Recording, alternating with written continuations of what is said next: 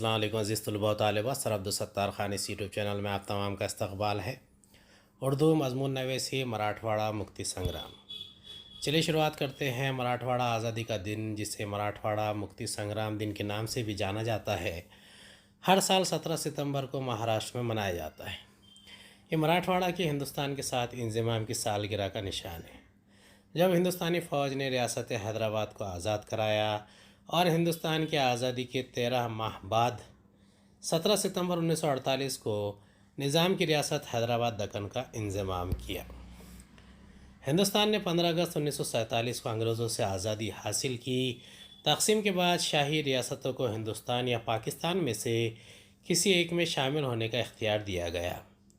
حیدرآباد کے حکمراں عثمان علی خان نے آزاد رہنے کا فیصلہ کیا۔ انہوں نے اقوام متحدہ سے یہ بھی اپیل کی کہ ان کی ریاست، جس میں موجودہ مراٹھواڑہ، تلنگانہ اور کلیان کرناٹک کے علاقے شامل ہے، کو نئے ملک کا درجہ دیا جائے۔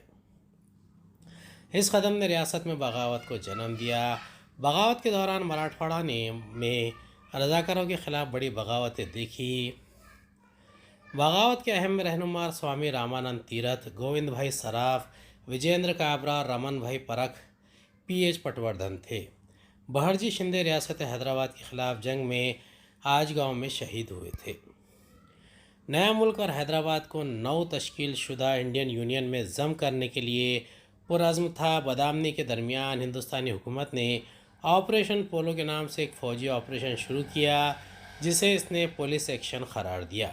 آپریشن میں 5 دن لگے، جس میں رضاکاروں کو شکست ہوئی اور حیدرآباد پر قبضہ کر لیا گیا۔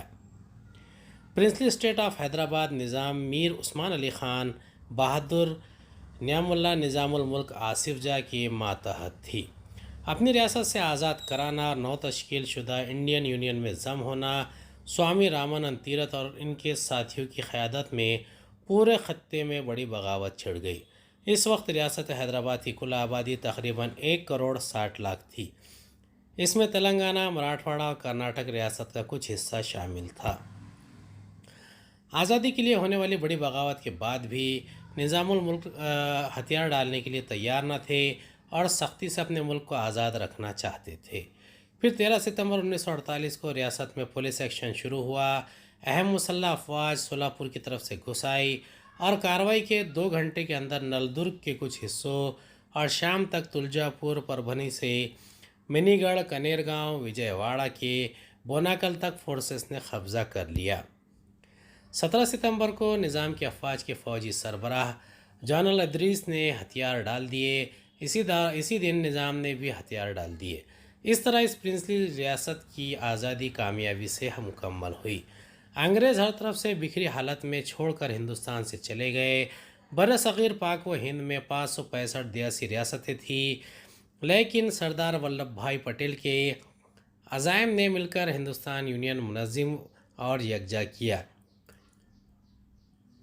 انہیں ہندوستان کی آزادی کا مرد آہن بھی کہا جاتا ہے۔